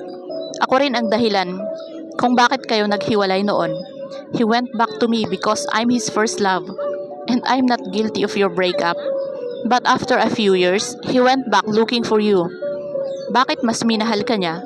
Ano bang meron sa'yo? Galit na galit ang sigaw nito at para bang maiiyak na lang ito bigla dahil sa sinasabi. I was pregnant that time. Pero kahit nalaman niyang buntis ako, he did not stay. Mas pinili ka pa rin niya. And you know what? Nalaglag ang anak ko dahil sa'yo. And I will never forgive you for that. Ayana was silent for a few seconds before she could think of her response to Jack's confession. She has no idea at all. Look, Jacqueline, Ngunit bago pa niya matapos ang sasabihin, ay may pumasok mula sa malaking pintuan ng warehouse. 5 lalaki ang pumasok. Ang 4 ay armado ng malalaking baril.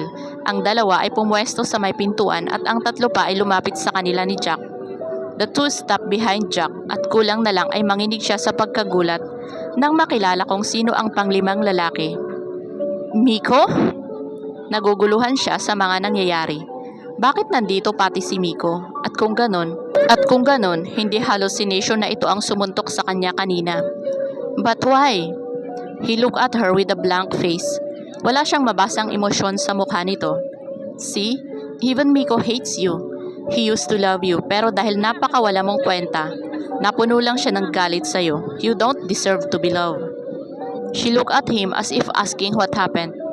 Remember when I told you that I started to change myself for someone from high school? That was you. You never look at me. You never knew me. I love you silently, Ayana. Hindi pa ba matatapos ang mga nakakagulat na balita? She never wanted any of this. She never wanted to hurt people. Pero iyon pala ang nagagawa niya. I'm sorry, Miko. Malungkot na niya rito habang nakatitig sa mukha nito. Enough! Sigaw ni Jacqueline. He will never forgive you. Neither of us will forgive you. Jacqueline stood up and faced her once again. People like you should rot in hell. Nakakainis nga ang hirap mong patayin. Kung wala lang ang magaling mong asawa, noon pa sana kita napatay. But don't worry, sa impyerno na siguro kayo magre-reunion. You can't kill him, aniya rito. She smiled at her. Oh, trust me, Peach, I can. Iyon lang at naglakad na ito patungo sa malaking pintuan ng warehouse, kasunod ang 2 pang lalaki. Let's go, Miko, ani ito habang naglalakad. Yeah, sabi ni Miko bago yumuko at nagtali ng sintas ng sapatos nito. The 4 men were busy opening the large door of the warehouse. Pasimpleng pinadulas ni Miko ang isang maliit na kutsilyo papunta sa kanya, na kaagad niyang tinapakan at itinago sa mga paa niya bago sumulyap sa mga armadong lalaki. Cut the ropes, but don't do anything yet, paalala nito. Why? He did not answer and just left the warehouse. Nang makalabas ito ay nanatili lang doon ang 2 lalaki upang bantayan siya. Chapter 42. Negative, kunot noong anunsyo ni Clyde nang malibot nila ang buong bahay na pinuntahan nila. It was an old house somewhere in Batangas. Liblib iyon at nasa kagubatan kaya mahirap puntahan. It was a random text message he received earlier at alam niya kaagad na nandoon ang asawa ngunit walang tao doon nang dumating sila. This is an ambush, sabi ni Kurt habang nasa labas sila at inililibot ang paningin sa madilim na paligid. They draw their guns habang pinakikiramdaman sa paligid. Pinagana niya ang matalim na instinct at itinutok ang baril sa isang malaking puno doon. And that's when someone went out from behind the tree. Nakataas ang mga kamay nito. Don't shoot! Miko, nagtatagis ang bagang na tanong niya sa kasinugod ito at sinalubong ng suntok sa mukha. Where's my wife? Clyde, pigil ni Kurt sa kanya. He stood up and waited for Miko's answer. Jacqueline, siya talaga ang may gustong kidnapin si Ayana. Look, I don't want anything that will harm Ayana. I was in love with her and Jack is involved with Ayana's ex. Kaya niya pinopropose ang plano. When the two of you got married, that's when I realized masaya na siya at hindi na mababago yun. Jack is a psycho. She will kill Ayana, I'm sure of it. Paliwanag nito. Tell us where Ayana is, Ani Jazz. There's a big warehouse not far from here. Ako rin ang nag-text sa iyo ng address na ito dahil dito unang dinala si Ayana. She got away pero nasakto sa pagdating namin ni Jack kaya hindi siya nakalayo. And mind you, hindi basta-basta ang mga tauhan niya. Nagkatinginan silang lima. They were assessing if this guy is telling the truth. Look, I don't know if I have to trust you. If you lead us to another dead end, you're dead. I'm telling the truth. Sa ngayon ay may tiwala pa sa akin si Jack. Kaya makakalabas-pasok pa rin ako sa warehouse. You guys need to have a plan before you go. Wala ba kayong tinawag na pulis? Miss Jasmine, you shouldn't be here even if you're a lawyer. Puna nito kay Jazz. Dude, pigil ni Kaden dito. She can break your neck in just a second. So if I were you, I'll shut my mouth. That's true, sigunda ni Jaden na ikinalunok ni Miko. Ilang beses nasugatan si Ayana mula sa hawak niyang kutsilyo para lang maputol ang lubid na nakatali sa mga kamay niya. Abala sa pagkukwentuhan ang dalawang bantay niya, kaya iyon ang pinakatamang oras para maputol niya ang lubid. Yes, Daddy, I'll be home tonight. I just have to finish someone. Oops, I mean something. Make sure that Andre is there when I get there. I love you, Daddy. Si Jacqueline iyon habang may kausap sa telepono nito. Gumisi ito na parang demonyo nang makita siya sa isang sulok. Saktong naputol niya ang tali ngunit hindi niya inaalis ang kamay sa likod. Guess I have to kill you sooner, bitch. You see, I have a date with Andre tonight. Oh yeah, congratulations kasi napilit mo siya. Ano kayang feeling na napilit lang ang kadate? She sarcastically said and of course, Jack replied by slapping her face. Pumintig iyon dahil sa lakas. She's 100% sure na sobrang pula na ng pisngi niya. Jack, I led them to the wrong warehouse. I also ordered some of your men to come after them para matapos na agad. Ani Miko na bagong pasok lang sa loob ng warehouse. Sinulyapan siya nito. She remembered what he said earlier. Huwag siyang gagawa ng kung ano hanggang hindi nito sinasabi. Good job, Miko. Now, this islat can't see her husband any longer, not unless samahan mo siya sa impyerno, hindi ba? Clyde, nakita niya kung gaano kaarmado ang mga tauhan nito at malamang ay lagpas sa 20 katao ang naroon. Malamang kasama ni Clyde ang mga kaibigan nito, ngunit kaya ba nilang makaligtas kung ganoon karami at kaarmadong lalaki? Nanginginig siya sa galit at kaba. Galit dahil wala siyang atraso kay Jacqueline, pero pinahihirapan nito ang buhay niya, ang buhay nilang mag-asawa. Ilang beses na siyang nalagay sa pahamak. At dahil doon ay nalalagay din sa pahamak ang buhay ng asawa niya. And it hurts her so much to see him like that. What do you want, Jacqueline? To get rid of you, obviously. Don't worry, hindi naman kita pahihirapan. I'll give you a swift death. Ano bang gusto mo? Gunshots or a dose of grey death? I'll choose for you, and I choose the latter. Para naman hindi sayang ang pagkuha ko nito. Napakamahal pa naman nito sa black market. This is the most lethal drug that can cause death to humans in just a few seconds. O diba, mabilis lang. You'll never experience pain. She looked daggers at her. Kung alam lang niya na ganito kasama at kaitim ang budhi nito, noon pa niya pinipilipit ang ulo nito. She's one crazy bitch. Okay, let's wait for a bit. Hanggang sa makumpirma kong patay na si Clyde, saka na rin kita papatayin. You can cut her ropes, Miko. Wala naman na rin siyang magagawa. She can't fight cause she's always that damsel in distress. Paano ngayon? Wala nang magliligtas sa'yo. Miko walked behind her and act as if cutting the rope on her hand. Matapos iyon ay sa harap niya ito tumingkayad. Kaya bahagyang natakpan nito si Jacqueline. She immediately put the small knife inside her pocket. Nang maputol ni Miko ang tali niya sa paa ay tumayo na ito at naglakad pabalik kay Jack. She did not move, nanatili lang siyang nakatingin kay Jacqueline, thinking how she can rip her head off later. Shh! 20 men outside the warehouse, all armed. Aniya bago bumaba sa balikat ni Kayden at inalis na rin ang night vision goggles na ginamit niya upang matignan kung ilang katao ang nasa labas ng warehouse. Miko helped them to find that place.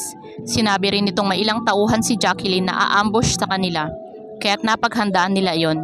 They ordered the last man to say a few words through his two-way radio. Bago ito tuluyang barilin ni Jazz, ay sinabihan nila itong ideklara kay Jacqueline na patay na sila. He looked at his friends. Jaden squatted on the ground while assembling his sniper and attaching a silencer in it. Jasmine's checking his magazines and knife at itinali rin nito ang maayos ang lace ng boots nito. Kurt's ready. Alerto ito at madalas ay binabantayan ang paligid upang makasigurong hindi sila matutunugan. While Cadence is still complaining about his shoulder, samantalang siya ay nagsimula na ring maghanda. Isinakbit niya sa balikat ang isang FNF 2000 rifle, 2 handguns on his vest and a knife on his leg strap. Nang may handa lahat ng iyon ay hinarap niya ang mga kaibigan. Hey! He cleared his throat. Naagaw din niya ang atensyon ng mga kaibigan. Look, I know you guys have other things to do right now, but you choose to help me with this. I really appreciate it, guys. Kurt walked out with his infamous poker face. Just smiled at him and tapped his shoulder. Don't mention it, anitong nakangiti bago sumunod kay Kurt. While the two chuckled while looking at him, Jaden picked the sniper up then went back to laughing at him. Maniningil kami rito, huwag kang magalala. Then he climbed up on the nearest tree. Hindi naman natigil sa pagtawa si Kayden kahit silang dalawa na lang ang natira.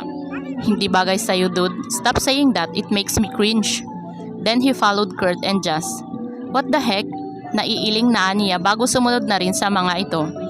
It wasn't necessary for Kayden to stay in the van and let them do the work. According to him, walang CCTV camera sa warehouse at hindi rin ito makakapag-install kaagad ng mga spy devices nila dahil masyadong biglaan ang operasyong iyon. So he decided to just join the fun and save Michelle. Kayden pulled out a wire cutter and cut the chain link fence that will let them pass through the gates. Kapag inakyat nila iyon ay malamang maispatan sila kaagad. They also agreed that they have to move silently para hindi maalerto ang mga nasa loob ng warehouse. They all had their silencers attached to their guns. Naroon din si Jaden na siguradong maraming mapapatay sa loob lamang ng 5 minuto. Once they are inside the vicinity, they move swiftly and quietly. Naghiwalay silang apat. Jazz and Kurt went on the other side of the warehouse, while he and Kayden on the other. Nagkubli siya sa likod ng puno samantalang si Kayden ay sa likod ng itim na van. Chief to Team Rage, do you copy? Copy, magkapanabay na sagot nilang apat. Starting the mission and 3, 2, 1. And as if on cue, they all went out from where they are hiding and started to shoot the men near them. 5 kaagad ang bumagsak nang magsimula sila ni Kayden. They made sure that the other men won't know about the attack dahil siguradong matatambangan sila. Masyadong marami kapag sabay-sabay silang inatake ng mga ito. They have to be careful. I will start to shoot. I have 5 men in sight. Malayo sa iba kaya di mapapansin. Shooting, dinig niyang ani Jaden. He walked in the dark. Hindi talaga kagad sila mapapansin dahil panaitim ang suot nila at isa pa ay may kadiliman doon. He saw at the 2 men approaching.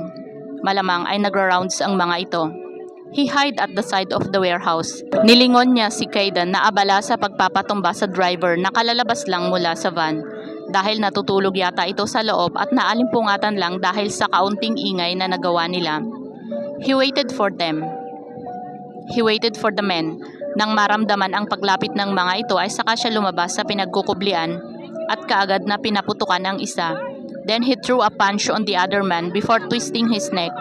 He again glanced at Kayden. Saktong natumba na rin ang driver, kaya sumunod na ito sa kanya. Kayden is good in shooting and combat pero hindi ito madalas mapapasabak sa field dahil ito rin ang head ng tech. Sasama lang ito sa field kapag team nila ang naka-assign. Ilan pa sila? Tanong niya sa mga kasamahan. Just 4, sa mismong tapat ng entrance ng warehouse. I'll go down now, ani ay. No, stay there. We might need you later. Kami nang bahala sa loob, just stay alert, ani Chief. Copy. We'll meet by the entrance. Go, ani tong muli. They slowly approach the men in front of the warehouse entrance. Nakatayo ang mga ito doon at mukhang alerto. He's about to pull the trigger when he heard Caden's sneeze, dahilan ng pagtingin sa direksyon nila ng mga lalaki. Fucker, aniya kay Caden na ngumiti lang at nagtaas ng peace sign. Bago pa man makaporma ang mga lalaki ay sinugod nila ito. He threw punches and kicks. The man was a bit larger and taller than him. Yung tipo ng lalaki na kontrabida sa mga pelikula. This one's surely trained. Malalakas at pulido ang galaw ng mga ito kaya alam niyang hindi sa kung saan lang napulot ni Jacqueline ang mga tauhan nito. The man threw punch at him at tinamaan siya sa panga. Siya naman ay sinuntok ito sa sikmura na nakapagpaluhod dito, ngunit mabilis lang itong nakarecover mula sa suntok niya at binunot ang baril. He swiftly pinned him on the ground and locked his arm that was holding the gun, but the guy pressed his head using his palm, kaya nahirapan siyang idisarma ito. Sa pagpilit niya agawin ang baril mula rito ay ganon din ang pagdiin ng palad nito sa mukha niya. With all his might, he twisted the man's arm to disarm him, and fortunately, tumilapon ang baril sa di kalayuan. The guy rolled over and back in his feet, and so is he. He was about to punch him again on his face, but he was able to block it using his left hand and stroke his throat with open hand. Napaatras ito at napaubo saka ito naglabas ng patali mula sa bulsa nito. The man tried to strike him using the knife, but he has quick reflexes. Naiwasan niya lahat ng pag-atake nito at mabilis na pinatamaan ito ng dalawang magkasunod na suntok. Isa sa panga at isa pang uppercut. He stumbled but he went back on his feet in just seconds. Sumugod itong muli hawak ang patalim, targeting his chest. He quickly blocked it using his hands and twisted the man's hand. Kinuha niya ang patalim at mabilis na isinaksak sa dibdib ng kalaban at mabilis ring hinugot iyon. Nagulat ito sa bilis ng galaw niya at mukhang hindi inaasahan ang galaw na iyon. Napaluhod ito kaya sinipan niya ito sa mukha, dahilan ng tuluyan itong pagbagsak sa lupa. After he made sure that the guy was dead, he glanced at his friends. Kurt, the man pinned on the ground. Caden just twisted the guy's head, while Jasmine's still having face-to-face with the man. Malaki rin ang kalaban nito kung kaya't nahirapan si Jas na patumbahin ito. Lumapit sa kanya si Caden at sabay nilang pinanood ang mga pag-atake ng kaibigan. She knows her craft. Pulido rin ang bawat galaw nito, and she liked challenges. She grabbed the man's throat, but they heard a gunshot. Napabunot siya ng baril dahil doon. Seconds later, the man was on his knees. Nagulat marahil si Jas dahil nanlalaki ang mga mata nito. Hindi alam kung saan nanggaling ang balang tumama sa lalaki. Then their eyes were on Kurt, holding a smoking gun. Nang masiguro nitong patay na ang lalaking kalaban ni Jasmine, ay basta lang nito initsa ang baril sa kung saan. I almost had him, nareklamo ni Jas. Here we go again, komento ni Jaden na alam niyang nanonood lang sa kanila. If there's one thing that Jasmine didn't like, it's when you interfere with her work. Ayaw nitong may nangingialam sa kahit anong gagawin nito unless she asks for help. Kaya kahit wala na siyang kalaban kanina ay nanatili lang sila ni Caden sa panonood kay Jasmine. But here's the overprotective Kurt, kaya sila nag-aaway na dalawa dahil doon. He couldn't blame Kurt dahil kahit siya naman ay overprotective sa taong mahal niya. Well, it looks to me that he had you, sagot ni Kurt. Kahit na, I'll ask for help if he has me. Thank you is enough, wika ni Kurt. Why would I? I didn't ask for it, bahala ka dyan. Naiiling na naglakad sila ni Caden patungo sa malaking pintuan ng warehouse. Sinulyapan niya si Jaden sa puno kung nasaan ito. He feels like they will need Jaden later. Hopefully not dahil kapag kinailangan pa nila ang tulong nito, ay ibig sabihin lang niyon ay dehado sila. Chapter 44. Clyde and Caden opened the warehouse door. Alerto naman sina Kurt at Jas na nakaantabay sa kanila. Ang hindi nila inaasahan ay ang sunod-sunod na pagtutok ng baril sa kanila. 4 na armadong lalaki ang nasa harapan nila ngayon. Put your weapons down, sigaw ng isang babae. His jaw tightened as he realized who was the woman behind that voice. Jacqueline. I said, put your weapons down, or I will slash out your wife's neck. Napako siya sa kinatatayuan nang sa wakas ay makita niya kung nasaan ang babaeng ito. She's holding Michelle's neck while pointing a sharp knife at her. Lalong nagngalit ang panga niya dahil sa nakita. F you, mahina ngunit mariing aniya rito. Mas lalong nag-init ang ulo niya nang makita ang pasa nito sa mukha at iba't ibang bahagi ng katawan. Her tears are streaming down on her cheeks. He badly wants to grab her into a tight hug. Just do what I said, Clyde. Ulit nito. Lumingon siya kay Kurt na bahagyang tumango naman sa kanya. They put their guns on the ground slowly while looking at the men aiming guns at them. Nang masigurong wala nang natitirang armas sa kanila ay pinapasok sila ng mga ito sa loob ng warehouse. He's about to run for Michelle nang saksakin ito ni Jacqueline sa tagiliran. Sa gulat ay nanlaki ang mga mata ng asawa niya habang patuloy pa rin ang pag-agos ng mga luha mula sa mga mata nito. Sinapon ng mga kamay ang nasaksak na tagiliran at saka dahan-dahang napaupo. Marahil ay dahil sa kirot at pag-agos ng dugo roon. It felt like everything's in slow motion. He saw the pain in her eyes while looking at him, as if saying, "Why is the world cruel to us?" He saw the love in her eyes as if saying, "I love you. Yes, I love you too." Without a word, he threw a punch at the man in front of him. He was too quick that the man was stunned by his punch, so he threw another punch to his jaw, another to his stomach, and that was the cue their team was waiting for.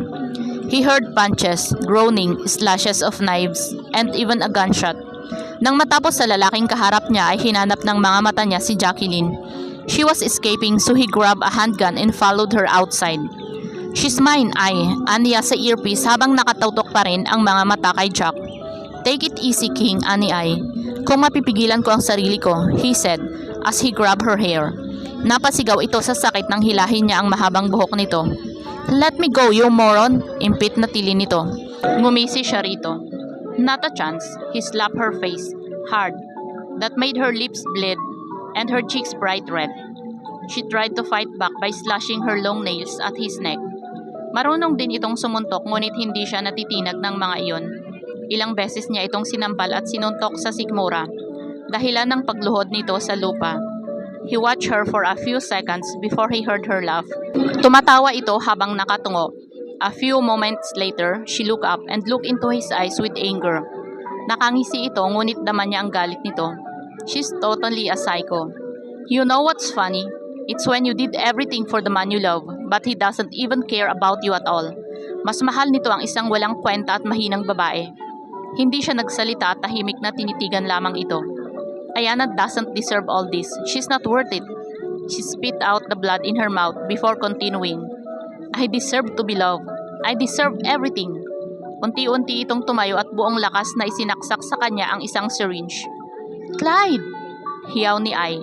But he caught her hand and stabbed it on her chest instead. Nagulat ito ngunit unti-unti pa ring sumilay ang ngisi sa mga labi nito. Within just a few seconds, her breath became shallow, and she had pinpoint pupils. It's not the... Nahihirapang anito sa kanya habang nakangisi. And she stopped breathing. He sighed while looking at Jacqueline's corpse. Bakit kailangan may mangyari pang ganito? Clyde, si Ayana! Chapter 45. Putok ng baril, iyon ang nakapagpatigil kay Ayana sa tangkang pagsaksak kay Jacqueline. Naalarma ang mga tauhan nitong nasa loob ng warehouse kasama nila, habang si Jack ay nanatiling nakangisi lang sa kanya. Ayana, I didn't know you had the guts to stab me. Anito sa kahumalakha. She looked down at her hand. She's holding a knife. Nanginig ang mga kamay niya, kaya nabitiwan niya ang hawak na kutsilyo. Kaya ba niyang manakit? No, she can't. Jack put the syringe back on her pocket. Yumuko si Jacqueline at pinulot ang kutsilyo mula sa sahig at ininspeksyon iyon. She looked like she loved knives as she touched and felt it with love. Dahan-dahan pa nitong pinaglandas ang talim niyon sa pisngi nito. Duwag ka talaga, Ayana. Baling nito sa kanya. You wouldn't get your company back without Clyde's help. You wouldn't be alive without him saving you all over and over again. Nakakatawa ka. Mula sa pagkakangisi ay naging nakakatakot at madilim ang itsura nito. You are pathetic. And as if on cue, the warehouse's door opened. Hinila siya ni Jack palapit dito at niyakap ang isang braso sa may dibdib niya. habang ang isang kamay ay hawak ang kutsilyo at nakatutok sa leeg niya. She felt terrified with what was happening. Naglabas ng malalaking baril ang mga tauhan ni Jack at itinutok iyon sa mga bagong dating. Her eyes widened when she saw her husband. From where she's standing, she noticed a few cuts on his face, his messy hair, and his eyes were obviously tired. She was preoccupied by his presence that the next thing she knew was she felt a sharp and severe pain on her left side, and she's bleeding. Her eyes were blurry. She even glanced at her husband before falling on the floor. She saw rage on his eyes. She saw how furious he was while looking at Jacqueline. "I love you," she whispered. "Clyde," she again whispered. Ang tanging narinig lang niya ay ang mga daing at putok ng baril. Before she lost her consciousness, she heard a gunshot and someone calling his name. "Clyde!" she screamed. "Hey love, Michelle, wake up!" Naramdaman niya ang mahina at masuyong tapik sa pisngi niya. She woke up with tears in her body trembling. Inilibot niya ang paningin sa paligid. She's inside the room and she's laying down on a bed. Nang sinubukan niyang gumalaw ay naramdaman niya ang sobrang sakit sa tagiliran niya. "Hey," Clyde whispered. Lumingon siya rito na dahilan ng mas lalo niyang pag-iyak. Hinawakan niya ang pisngi nito at hinaplos iyon. She's afraid that this is just a dream. "Clyde," hagulgol niya. "Hush now, love. I'm here. Huwag ka nang matakot." Masuyong anito sa kanya habang hinahaplos ang pisngi niya. "I thought you're gone," sagot niya. "Hindi ako mawawala. I'm just here." "Kung ano man ang napapanaginipan mo, hindi totoo yon." "I'm here," he smiled at her. Ito ang totoo, mahinang anito, saka ito dumukwang sa kanya at hinalikan siya sa mga labi na mas lalong nakapagpaluhas sa kanya. "Hush now, hush." He was sitting on a stool beside her bed while caressing her hair. Sa ganoong posisyon siya nakabalik sa pagtulog. Nang muling magising, siya ay dahil sa kaunting ingay na naririnig sa kwartong iyon. "Mali kasi yan, Jay, ganito oh. Tangina, bakit kasi hindi na lang tayo bumili ng kape sa labas? Wag nga daw kasi tayong aalis, di ba? Tumabi nga kayo dyan, mga walang kwenta. Simpleng pag-iinit ng tubig, hindi kayo marunong?" Reklamo ng isang babae. She slowly opened her eyes only to find out that Clyde's friends are with her inside that hospital room. May pinagkakaguluhan ang mga itong kung ano. "What are you guys doing?" tanong niya. Sabay-sabay ang paglingon ng mga ito sa kanya na animo na huli ng nanay nila na naghahanap sila ng pagkain sa ref. Bahagya siyang natawa sa inasal ng mga ito. "Kita nyo, ang ingay nyo talaga. Nagising tuloy si Ayana." "Ikaw kaya ang huling nagsalita," sagot ni Kaden. "Oo nga, ikaw talaga ang nakagising sa kanya. Susumbong ka namin kay Clyde." Mabilis na pinitik ni Jazz ang noo ng dalawang kulugo saka lumapit sa kanya. "Kumusta ka, Ayana? May gusto ka bang kainin? Sabihin mo lang kahit ano. Kahit pagkain pa ng alien yan. Ipapakuha ko sa dalawang to sa Mars," anito. She tried to laugh but she felt the pain so she stopped herself from laughing. "Ano mo nang ginagawa nyo kanina?" Ngumiwi ito. "Nagpapainit sila ng tubig sa induction cooker. Wala kasing electric kettle dito eh. Ididemanda ko na tong hospital na to." "Anong kaso, attorney?" sabat ni Kaden. "Iisipin ko pa." She smiled and looked everywhere. "Hinahanap mo ba si Clyde?" tanong ni Jaden. Kasama lang ni Kurt, may inaasikaso sa opisina. Pero pabalik na rin ang mga iyon maya-maya. Nagsimula nang sumipol ang takore kaya nataranta ang tatlong magkakaibigan. "Hoy, baka sumabog," sigaw ni Jaden. "Puntahan mo, patayin mo yung induction cooker." "Bakit ako? Hoy Jasmine, ayusin mo yun." "Anong ako? Kayo ang may gustong magkape dyan?" reklamo ni Jazz. Napangisi siya sa kaguluhan ng tatlong iyon. Hindi pa rin kasi napapatay ang induction cooker, kaya palakas ng palakas ang pagsipol ng takore. "What the hell is happening here?" sigaw ng kung sino kaya natigil ang tatlo sa pag-aaway. Nang tignan niya ang pinanggalingan ng boses, si Clyde pala iyon at kunot na kunot ang noo habang nakatingin sa tatlo. Kasunod nito si Kurt na dumiretso sa maliit na pantry ng kwarto at ini-off ang induction cooker, kaya natigil ang pagsipol. "Ang tatandaan nyo na, takot pa rin kayo sa sipol nito?" Seryosong sermon ni Kurt sa tatlo. Lumambot ang ekspresyon ni Clyde nang makita siya nitong gising na. He immediately went to her and kissed her forehead. "How are you feeling? Ginising ka ba nila?" She smiled at him. "A little better." Lumingon siya sa tatlo na pasimpleng umiiling sa kanya. Ano kayang panakot ni Clyde at takot na takot ang mga itong magsumbong siya. Hindi naman. Baka nasobrahan na ako sa tulog kaya nagising na ako, anya rito.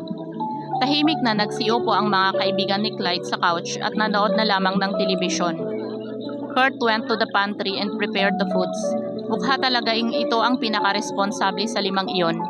Sunod si Clyde. Samantalang makwela naman ang magkapatid saka si Jasmine, which kind of balanced their friendship. Clyde got her a hot bowl of soup. Inadjust muna nito ang hospital bed niya at saka ito umupo sa stool sa gilid ng kama niya at sinubuan siya. You have to finish this dahil 2 araw ka nang hindi kumakain. Nanlaki ang mga mata niya sa sinabi nito. I was out for 2 days? Hindi makapaniwalang tanong niya. He slowly nodded while blowing the hot soup. Yes, love. While Clyde was feeding her, bumabalik pa rin sa alala niya ang mga araw. Ang mga nangyari noong mga nakaraang araw. What happened to Jacqueline? Nakulong ba ito? And Miko? He helped her kaya hindi dapat ito nadawit kung nakulong man si Jack. And what was her reason for doing such a thing? Love? Love indeed makes a person crazy. Tangit. Tinignan niya ang asawa na busy sa pagpapakain sa kanya. She hardly read his mind. Hindi niya mabasa kung ano ang iniisip nito. Siguro ay mai-spoil lang niya ang magandang mood sa kwartong iyon kapag binanggit pa niya ang mga nangyari. Saka na lang siya magtatanong. Because whenever she thinks of that scene, nanginginig pa rin siya at takot na takot pa rin siya. Chapter 46. Good morning, love. Bulong ni Clyde kay Ayana sabay yakap ng mga kamay sa bewang niya. It's 6 in the morning and she's cooking breakfast for the 2 of them. It's been almost a month since she got discharged from the hospital and her husband finally agreed to let her go to the office. Good morning, maupo ka na, malapit nang maluto ito, she said after she kissed her cheek. Amoy niya ang aftershave scent nito at mas lalo yung nakakadagdag sa pagkagandang lalaki nito. She would fall for him every day dahil lamang sa amoy nito. Mabilis namang sumunod sa kanya si Clyde at nagsalin na rin ng sarili nitong kape. Dahil bored siya sa bahay nila sa loob ng halos 1 buwan, napagdiskitahan niyang aralin ang pagluluto. She know the basics pero hindi siya marunong kapag usapang savory foods na. Kayang-kaya na niyang tumayo at maglakad-lakad ay nagsimula na saka siya nagsimulang mag-aral. Noong una pa nga ay kung hindi lang walang lasa ay napakaalat naman ang mga naluluto niya. Mabuti na lang din at mahaba ang pasensya ng asawa niya at kinakain pa rin ito kahit anumang lasa ng luto niya. You cook it and it's not bad. Yun lagi ang katuwiran nito kaya nito kinakain yon. Pinatay na niya ang kalan ng maluto ang fried rice. Inilipat na rin niya iyon sa serving plate at nagtungo na sa dining area upang kumain. She prepared fried rice, fried eggs, sausage, and brewed coffee. Nang makaupo siya, nilagyan niya ng pagkain ang pinggan ng asawa bago nilagyan ang sariling plato. She was about to start eating when she noticed him looking at her. What? Tanong niya sabay subo ng kanin. He smiled at her, start eating as well. Tumango-tango pa ito nang matikman ang luto niya. Patatabain mo yata ako, love? You know I need to be fit for my job. Maliwalas ang mukhang anito sa kanya. She grinned. Mag-workout ka na lang ng todo para hindi ka tumaba. Masarap ba? Chef's kiss, sagot nito sa kanya sa kamaganang ipinagpatuloy ang pagkain. Nakangiting pinanood niya ang pagkain nito. She loved this version of him.